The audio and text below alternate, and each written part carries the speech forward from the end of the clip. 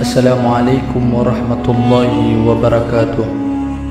Allah Subhanahu wa taala berfirman kepada Nabi Muhammad sallallahu alaihi wasallam, ceritakanlah kepada mereka kisah kedua putra Adam menurut yang sebenarnya.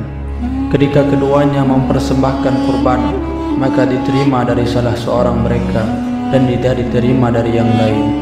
Quran Surat Al-Ma'idah ayat 27. Sebab terjadi peristiwa tersebut adalah sebagai berikut. Ibu kita Hawa alaihissalam melahirkan anak berjumlah 120 orang. Dalam riwayat lain menyatakan bahwa 180 orang, dan dalam riwayat yang lain menyatakan 500 orang. Setiap kali ia melahirkan sekaligus kembar laki-laki dan perempuan.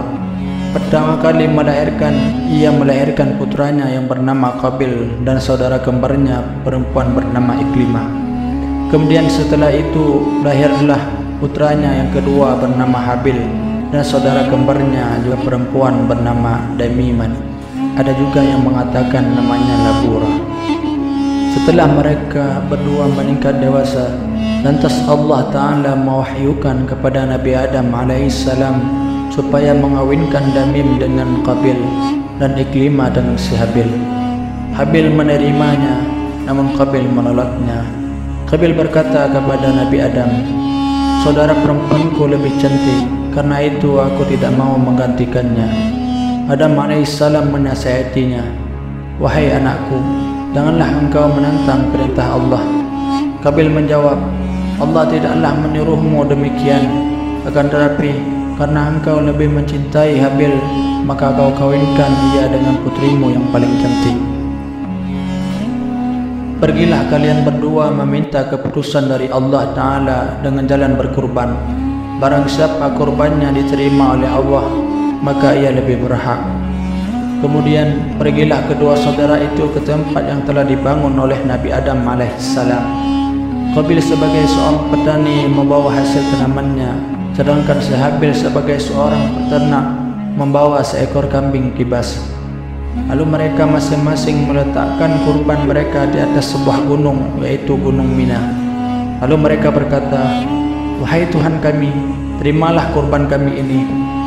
Tiba-tiba turunlah api dari langit yang menghanguskan kurban si Habil, sedangkan kurban si Qabil dibiarkan saja. Yang ada satu faedah yang menyatakan ada 7 hakim pada masa 7 nabi, yaitu yang pertama kurban sebagai hakim pada masa Nabi Adam alaihissalam. Barang siapa kurbannya hangus terbakar, artinya ia benar, dan barang siapa kurbannya tidak hangus terbakar, tandanya ia salah. Yang kedua, kapal sebagai hakim pada masa Nabi Nuh alaihissalam. Barang siapa meletakkan tangannya di atas kapal itu, ia tidak bergerak, tandanya orang itu benar, dan bila ia bergerak, tandanya orang itu salah. Yang ketiga adalah rantai sebagai hakim pada masa Nabi Daud alaihissalam. Barang siapa berhasil mengambil rantai itu, maka tandanya ia benar, dan barang siapa tidak berhasil, tandanya ia bersalah. Yang keempat adalah api sebagai hakim pada masa Nabi Ibrahim alaihissalam. Barang siapa meletakkan tangannya di api dan tidak terbakar, tandanya ia benar, tetapi bila terbakar, tandanya ia salah. Yang kelima adalah gantang sebagai hakim pada masa Nabi Yusuf alaihissalam. Barang siapa memegang gantang itu, lalu gantang itu bersuara, tandanya orang itu benar, dan bila ia dipegang tetapi tidak bersuara, maka tandanya orang itu bersalah. Yang keenam adalah perigi sebagai hakim pada masa Nabi Sulaiman alaihissalam. Perigi itu terletak di tempat ibadah Nabi Sulaiman alaihissalam. Barang siapa meletakkan kakinya di perigi itu tidak menyambar, maka tandanya ia benar. Tetapi bila perigi itu menyambar, maka tandanya ia salah. Yang ketujuh adalah anak panah sebagai hakim pada masa Nabi Zakaria alaihissalam. Allah berfirman, padahal kamu tidak hadir beserta mereka, ketika mereka melemparkan anak-anak panah mereka untuk mengundi siapa di antara mereka yang lebih berhak akan memelihara Maryam. Quran Surat Ali Imran ayat 44.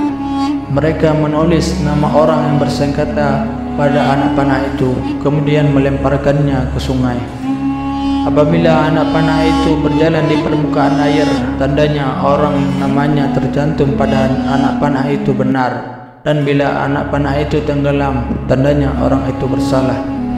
Tatkala kenabian itu sampai kepada Nabi Muhammad SAW, maka keterangan ataupun bukti diwajibkan atas pendakwa, sedangkan sumpah diharuskan atas orang yang mengingkarinya, hingga tidak sampai terbuka rahasia orang yang berdusta.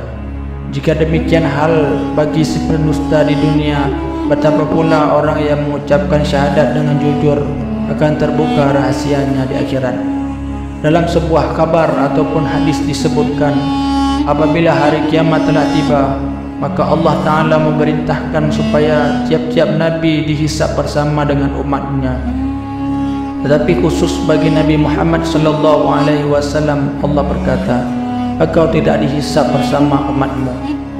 Kemudian Rasulullah memohon kepada Allah, Tuhanku, jadikanlah hisab umatku itu ada di tanganku, agar tidak diketahui oleh orang selain aku. Allah menjawab, ya Muhammad, engkau ingin agar keburukan umatmu tidak ada yang mengetahui selain dirimu, sedangkan aku menginginkan agar tidak ada yang mengetahui keburukan mereka selain aku sendiri, tidak engkau maupun malaikat yang terdekat sekalipun. Tatkala kurban si Habil telah diterima, maka saudaranya merasa iri kepadanya. Qabil berkata kepada si Habil, aku akan membunuhmu. Lalu dijawab oleh si Habil, sebagaimana yang diceritakan oleh Allah Ta'ala dalam Al-Quran Surah Al-Ma'idah ayat 27. Sesungguhnya Allah hanya menerima kurban dari orang-orang yang bertakwa. Ada satu faedah yang menyatakan 7 perkara yang senantiasa menjadi idaman umat manusia, namun Allah hanya menjadikannya bagi orang yang bertakwa saja. Yang pertama, setiap manusia menginginkan supaya Allah menghapus kesalahan-kesalahannya, namun hal ini Allah menjanjikan hanya bagi orang yang bertakwa, sebagaimana firman-Nya, dan barang siapa yang bertakwa kepada Allah, niscaya dia akan menutupi kesalahan-kesalahannya dan akan melipat gandakan pahala baginya. Quran Surat At-Talaq ayat 5. Yang kedua, setiap orang menginginkan agar selamat dari neraka, tetapi Allah menjanjikan hal itu hanya bagi orang-orang yang bertakwa.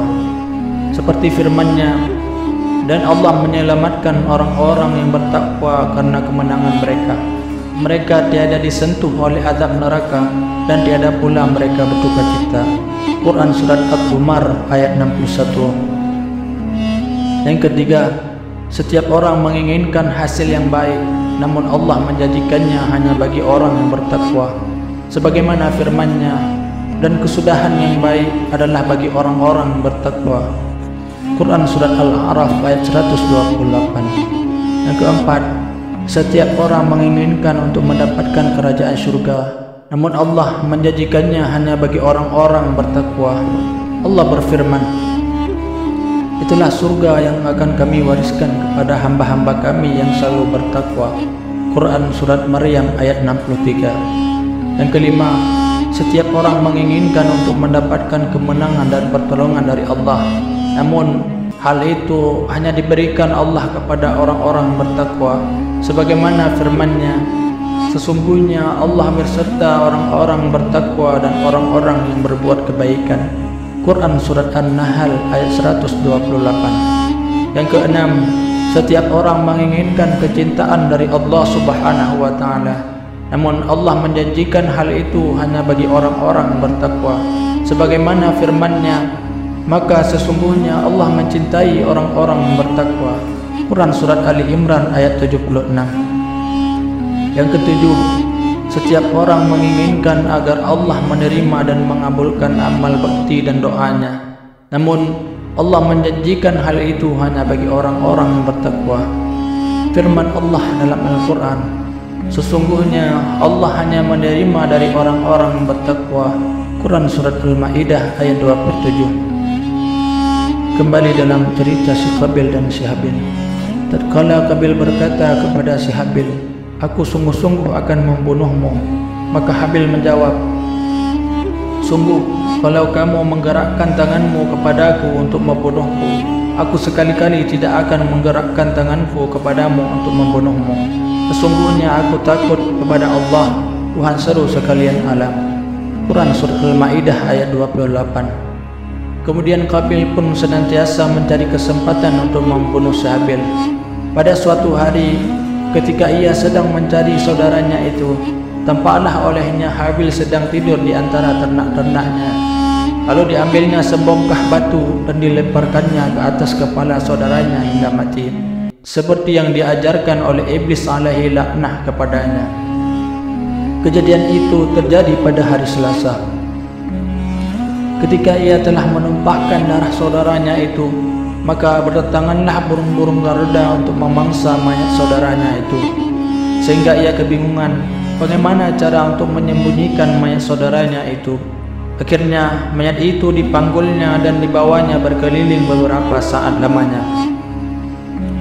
Kemudian Allah menyuruh seekor burung gagak menggali-gali di bumi untuk memperlihatkan kepada si Qabil bagaimana dia seharusnya menguburkan mayat saudaranya itu. Burung itu berhasil membuat sebuah lubang, lalu ia menyembunyikan sesuatu ke dalamnya, dan kemudian lubang itu ditimbunnya kembali dengan tanah. Tatkala Qabil melihat kejadian itu, maka berkatalah ia, "Aduhai, celakalah aku. Mengapa aku tidak sanggup berbuat seperti burung gagak itu? Lalu aku dapat menguburkan mayat saudaraku ini." Karena itulah ia menjadi menyesal. Bukan menyesal karena telah membunuh saudaranya, melainkan menyesal karena ketidakmampuannya untuk menyembunyikan mayat saudaranya itu. Sebab bila ia menyesal perbuatannya membunuh itu, tentu hal itu menjadi taubat baginya, padahal ia mati tanpa taubat.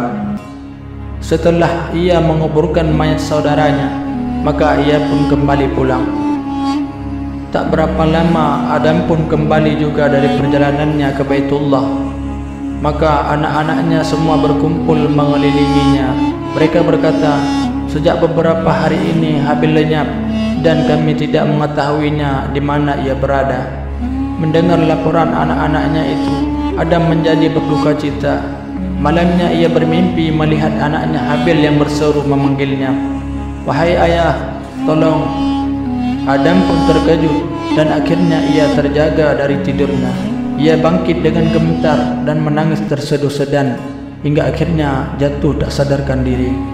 Maka malaikat Jibril turun dengan segera, diambilnya kepala Adam dan diletakkannya di pangkuannya. Ketika Adam sadar, ia melihat Jibril berada di sampingnya. Lalu ia bertanya kepada Jibril, "Wahai Jibril, di manakah anakku Habil?" Jibril alaihissalam menjawab, "Wahai Adam, aku menyatakan turut berduka cita atasmu. Habil telah dibunuh oleh si Qabil." Nabi Adam berkata, "Aku berlepas tangan dari perbuatan Qabil." Jibril pun berkata, "Aku pun berlepas tangan dari perbuatannya." Kemudian Adam bangkit lalu berkata kepada Jibril, "Wahai Jibril, tunjukkanlah kepadaku tempat di mana Habil dikubur." Setelah Jibril menunjukkan tempat itu, maka tampak oleh Nabi Adam alaihissalam kuburan anaknya itu berlumuran dengan darah. Maka menjeritlah ia seraya berkata, "Aduhai sedihnya wahai anakku, wahai jantung hatiku." Kemudian menangislah Adam sehingga seluruh malaikat yang berada di 7 lapis langit pun ikut menangis. Mereka berkata kepada Allah, "Wahai Tuhan kami, dahulu Adam telah menangis selama 300 tahun. Belum lagi ia beristirahat dari hal itu, sekarang ia telah menangis lagi." Allah berfirman, "Ya, memang dunia adalah tempat yang fana, tempat malapetaka, tempat susah payah dan tempat menangis." Sejak saat itu, kemana saja Adam pergi ia selalu menangis, sehingga benda-benda yang ada di sekitarnya pun ikut menangis. Bila ia tiba pada suatu lembah sambil menangis, lembah itu pun turut menangis. Bila ia naik ke atas gunung sambil menangis, gunung itu pun turut menangis. Apabila ia bertemu dengan sekelompok binatang buas, maka binatang-binatang itu berlarian menjauhinya. Seraya berkata, manusia itu tidak setia. Orang yang tidak kasihan terhadap saudaranya, bagaimana ia akan kasihan kepada kami? Wallahu a'lam bissawab. Assalamualaikum warahmatullahi wabarakatuh.